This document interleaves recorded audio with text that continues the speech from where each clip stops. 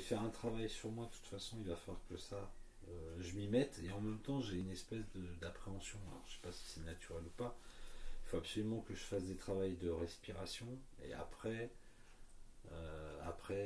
commencer à faire de la méditation, mais vraiment pas faire semblant, quoi, tu vois, faire un truc vraiment. Et j'ai, comment dire, c'est pas quelque chose qui me fait peur, mais en même temps, je me dis, c'est quelque part une dernière étape après vers autre chose. Et quelque part, je sais que je pourrais pas revenir en arrière. Donc, c'est un vrai choix pour le coup, parce que ça va entraîner des tas de choses, hein.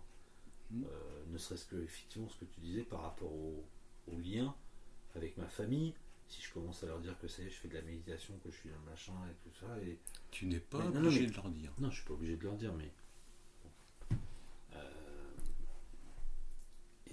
non, mais j'ai une fille, donc c'est plus par rapport à ça que ça me fait réfléchir, en fait. Tu parlais de...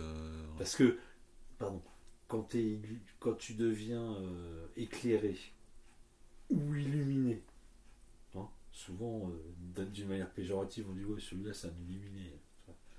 Bon, on se met aussi de la position de quelqu'un qui ne l'est pas, c'est-à-dire quelqu'un qui est plutôt dans l'obscurité, lui, pour le coup. Voilà. Et de ce côté, et moi c'est ça. Donc ma fille risque de me voir comme ça. En plus, c'est une ado, elle a 16 ans, donc elle va. Comment ça, tu fais de la méditation, tu fais oh là là, mais c'est quoi tout ça? Donc c'est un sujet que j'aborderai pas, mais d'un autre côté, bon, je vais quand même être un petit peu pas obligé, mais juste une remarque. Tu me développes un argument qu'on pourrait situer de troisième densité, en ce sens que tu imagines d'un côté une personne illuminée, oui. Et de l'autre côté une personne qui ne l'est pas. Or, entre ces deux pôles, tu ne choisis pas d'être illuminé ou de ne pas l'être. Tu as une multitude de possibilités. Ouais, d'options. Et si tu pars d'un niveau endormi, il faut déjà avoir une phase de réveil. Et c'est pour ça que je te disais que d'un côté, les dominateurs, avec tous leurs maléfices, servent la lumière en ce sens qu'ils ont permis, en emprisonnant les gens chez eux, pour pas un rond, puisqu'ils continuaient à se payer leur bouffe et leur... mais emprisonnés chez eux, ça a permis à un certain nombre de s'éveiller. Donc, dans cette multitude, de mon point de vue, et tu peux peut-être même savoir à peu près à quelle date que tu as commencé à te réveiller. Le réveil, c'est pas toc, c'est comme le matin, ça se fait doucement, hein. Il faut peut-être prendre un café, prendre un truc, un deuxième, voilà. J'ai pris mon temps là. Hein. T'as même des gamins, un petit coup de swat dans les fesses, ça les aide à avoir le minimum d'énergie pour avoir le pied à l'étrier. Donc ça, c'est seulement la phase de réveil, mais des fois, ça peut durer 1 an. Donc ensuite, tout ça dépend du travail intérieur personnel, de la volonté d'évoluer. Alors ce qui est bien, c'est qu'au fur et à mesure d'un travail sérieux, tout change. Et ça encourage. Je vais te donner juste un exemple. Alors il y a de ça, tu sais que tu n'as pas le droit, mon hein. Il y a de ça très très très longtemps, du fait de mon enfance, comme je te dis dans mon roman, je parle d'enfer et ça a été ça, mais bien qu'il y a eu bien pire, hein, faut pas non plus, je vais relativiser, je veux dire, beaucoup de souffrance pendant l'enfance, un désert affectif à 100%, etc. Et pourquoi je dis, ah oui, et le réveil, et donc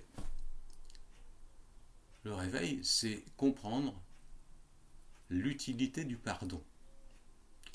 Et donc, avec tous mes intérêts pour tout ce qui était, disons, qui pouvait guider sur une voie lumineuse, j'avais bien compris qu'il fallait apprendre à pardonner.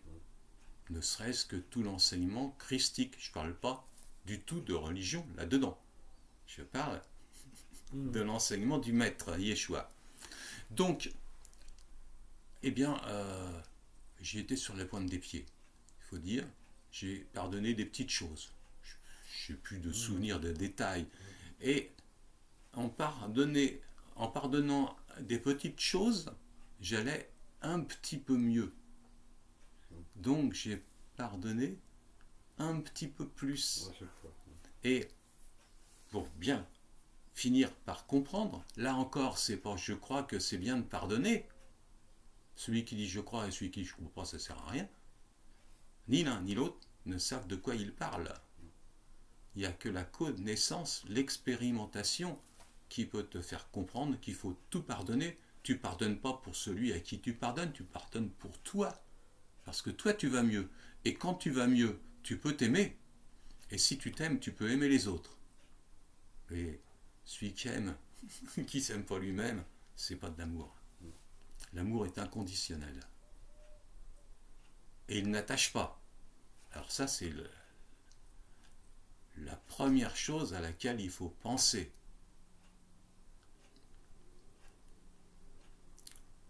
Aimer, c'est pas attaché.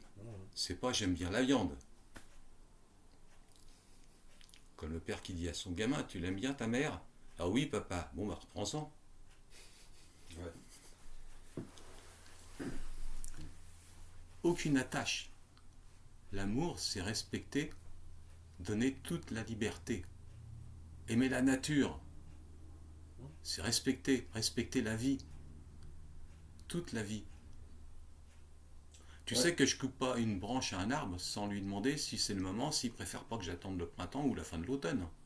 Moi, j'irai pas jusque-là, mais je coupe plus de branches d'arbres parce que justement, je sais pas à quel moment Alors, faire. Nous revenons à mon module de base. Pour lui demander, il faut être capable de recevoir la réponse. Ouais. Et ça demande beaucoup de temps. Enfin, de temps.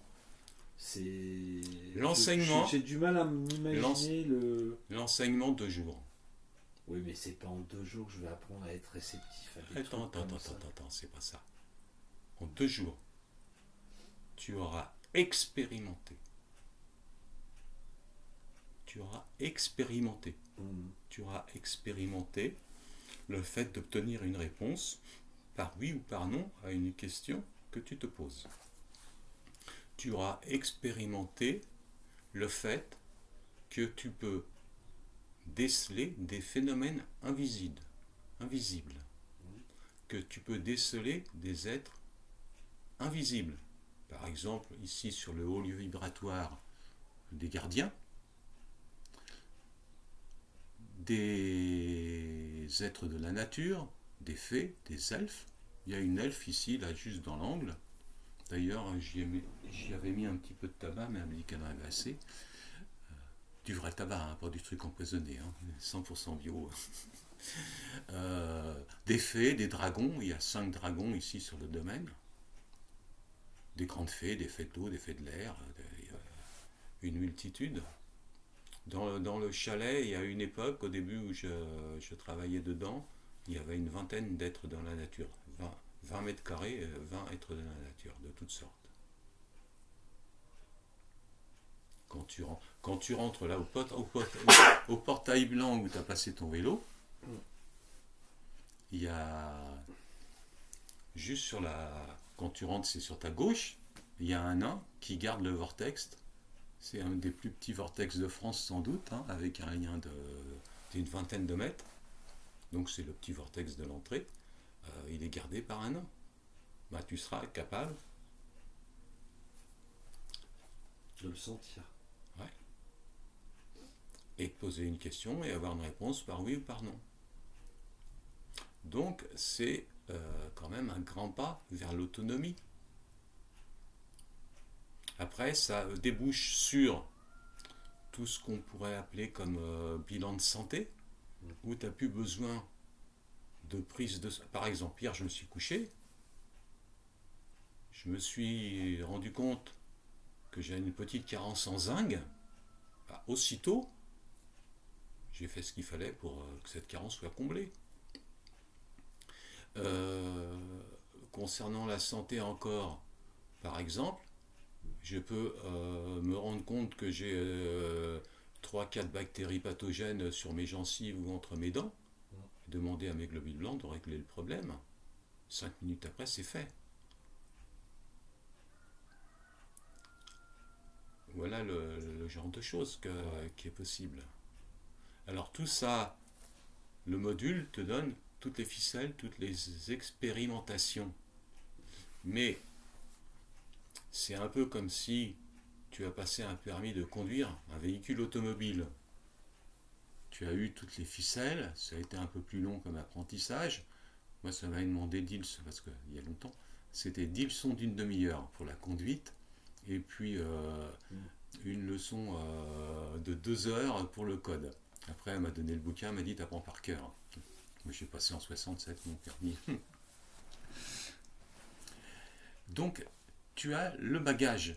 Après, il faut travailler tous les jours. Si tu ne travailles pas tous les jours, imagine, tu as été à l'école maternelle, tu as appris à faire des cannes, je ne sais plus si c'est encore comme ça maintenant. Et puis arrivé au préparatoire, tu savais déjà dès le début écrire papa, maman ou des choses comme ça. Et puis tu as commencé à apprendre toutes les lettres de l'alphabet, à écrire. Est-ce que tu penses que si tu avais arrêté après l'école maternelle, après l'année de préparatoire, tu avais arrêté d'écrire, tu pourrais encore écrire aujourd'hui? Tout est là. Ce qui compte, c'est l'effort personnel quotidien. Et il faut avoir envie d'apprendre. Bien sûr, si tu n'as pas envie, je l'ai écrit hier ou je sais pas quoi. Les gens ont le choix actuellement. Soit ils décident de faire l'effort personnel pour augmenter leur fréquence, pour se couper de tout ce qui est négatif, pour avoir des pensées positives et évoluer avec la Terre, et puis passer sans encombre. Moi, je te promets que les vagues de lumière, là, je n'ai aucun symptôme.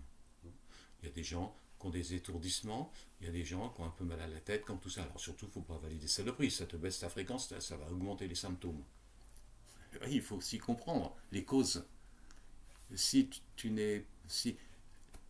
nous ne sommes pas capables de comprendre les causes de tout ce qui se passe, notamment des maladies, la plupart des gens qui sont décédés là pendant cette prétendue épidémie sont décédés de carence en zinc. Ouais, tu m'as expliqué.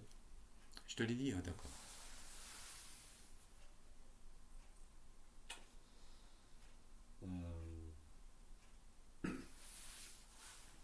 Donc, très intéressant cette discussion. Et alors les causes de maladie, puisque je te parlais de maladie, les causes de maladie, c'est ce qui m'a amené initialement à devenir géobiologue.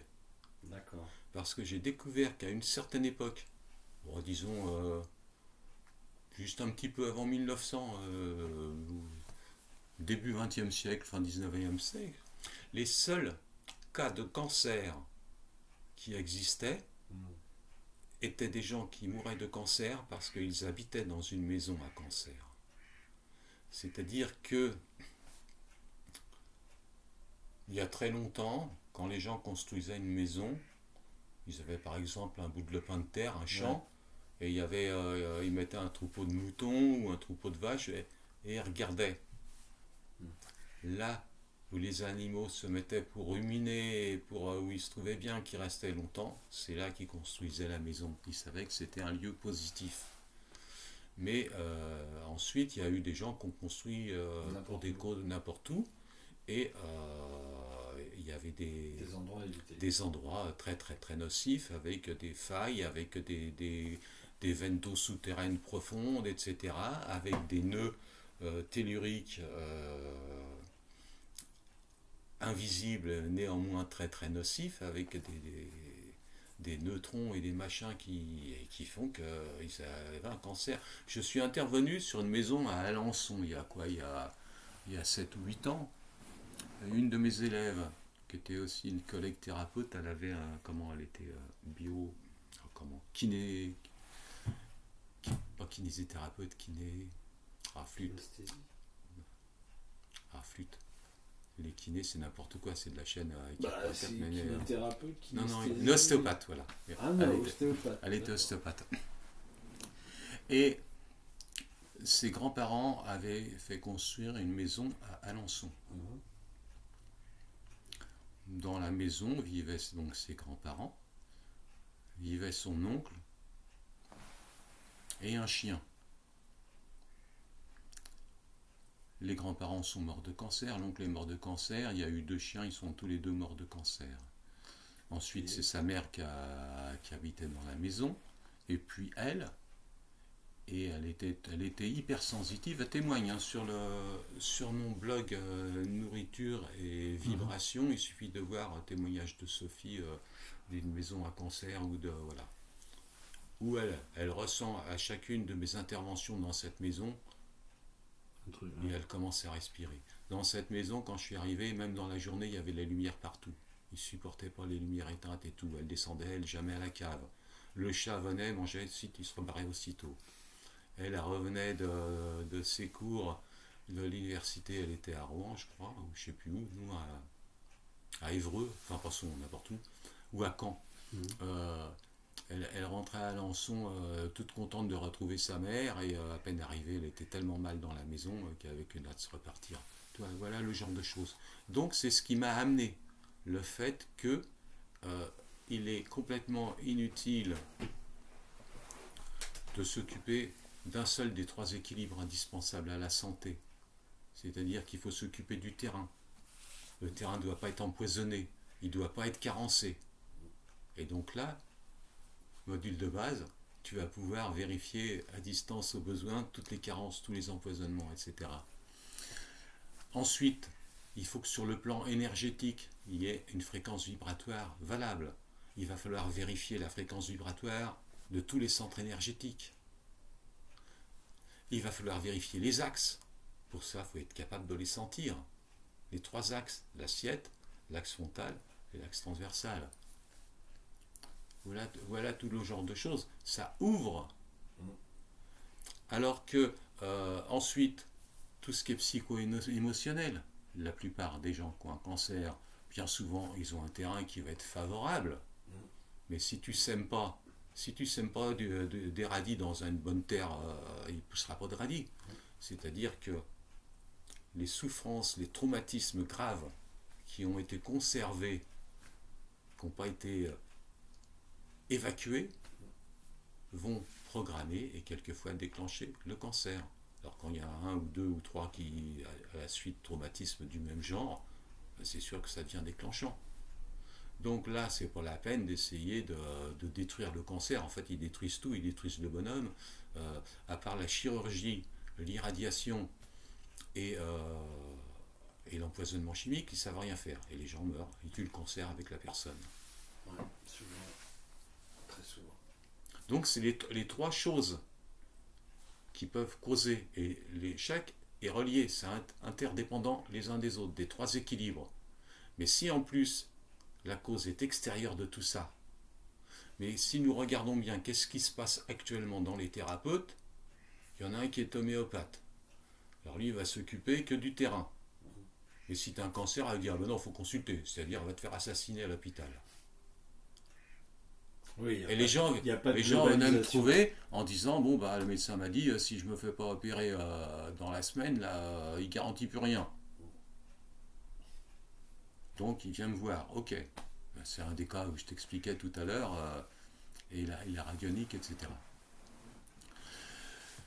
D'autres, ils vont s'occuper de l'énergétique. Ah, moi je suis maître Reiki, je suis super, moi aussi, mais c'est pas pour ça que je vais saupoudrer du Reiki sur n'importe quoi. Donc, magnétiseur, maître Reiki ou praticien Reiki, peu importe. Pour moi, toutes les méthodes énergétiques, j'en ai fait 5 ou 6, sont toutes valables. Ça dépend de l'état de conscience et de la qualité du pratiquant. Il n'y a pas d'école meilleure que l'autre. Hein. Barbara Ann Brennan, c'est super, mais Mesmer, c'était bien, et puis tout est bien.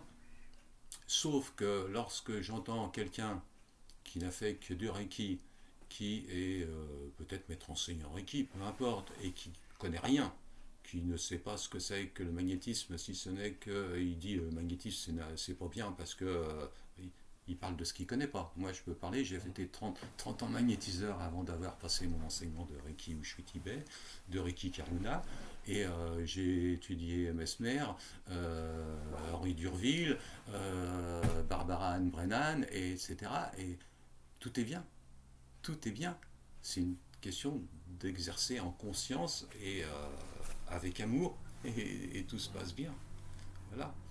Donc, ça m'a amené à la géobiologie parce que non seulement je travaillais sur les 3 équilibres, mais qu'en fait, j'ai vu qu'il me manquait quelque chose.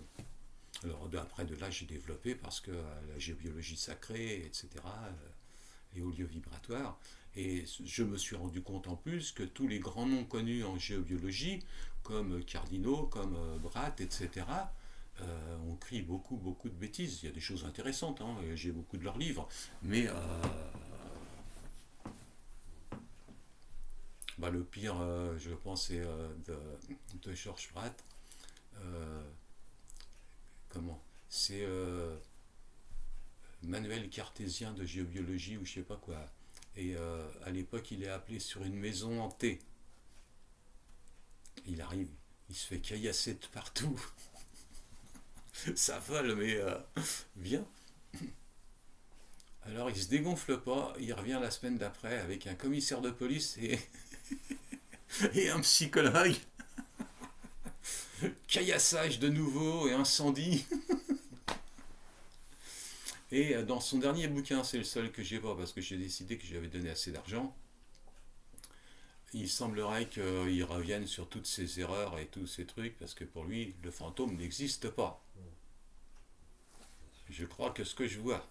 Ouais, c'est ça. Tu vois, donc tout ça. Bon, le Cardinaux, par exemple, il dit... ça a été ma devise pendant longtemps. De croire que ce que je voyais, jusqu'au moment où... Parce que nous sommes élevés comme ça. Ce qui n'était pas le cas au Moyen-Âge, par exemple. Mais tout a été fait pour garder le pouvoir, aussi bien les religions, enfin disons que pour la France ce serait la religion, et puis tous les gens en place qui avaient le pouvoir. Pourquoi toutes les sorcières ont été brûlées? Parce qu'elles avaient une connaissance, et que ça gênait beaucoup le pouvoir catho. Catho, ça veut dire universel, c'est-à-dire l'Église universelle romaine. Le but de Pierre,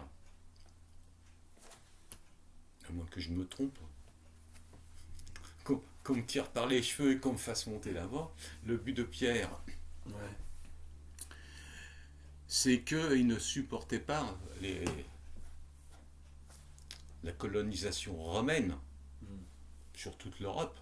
ouais. Et qu'est-ce qu'il a fait? Il a remplacé la colonisation romaine par la colonisation catho. Mais le maître n'avait jamais demandé de faire une église.